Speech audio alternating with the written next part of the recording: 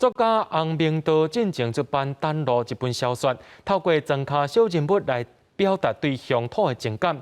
这届已经出过篇原本的文章，出版大本的有声册，希望大家会当用台湾的开口来读小说。蜡杯白色的鸟仔毛，甲彩云画过，一点一点，倒着一寡摊开的色水。小说《丹路》的作者洪明道本身是医生，嘛是作家。2年前则摕到台湾文学金典奖等等的奖项，这届随国新出台文版。因为迄阵呢，台语程度写字的程度阁无够好，所以迄阵就用华语含台语套蓝的方式来写。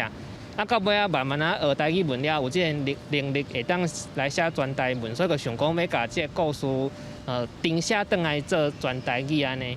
洪明道为着写好台文、学台文，除了出台文册，阁有有声版本。听的时阵，就像咧听故事。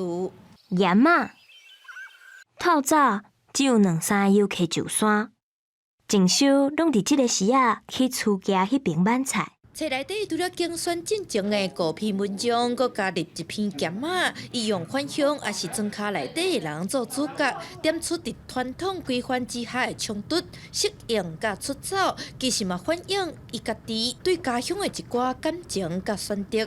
我受教育拢是当外口啦，我是去台南读册啊，过来到台北读大学，所以有一个过程就是会顶去熟悉我即个故乡。伊掌握着台湾人有一种趣味，但是这个趣味背后实在是有一点仔悲伤。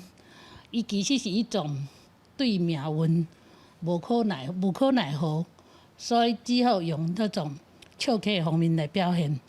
出版社表示，内面的人物关情就伫台南公山一带，所以甲写生活中的语言来表现是真重要的代志。丹路的册名，台语就是礼物。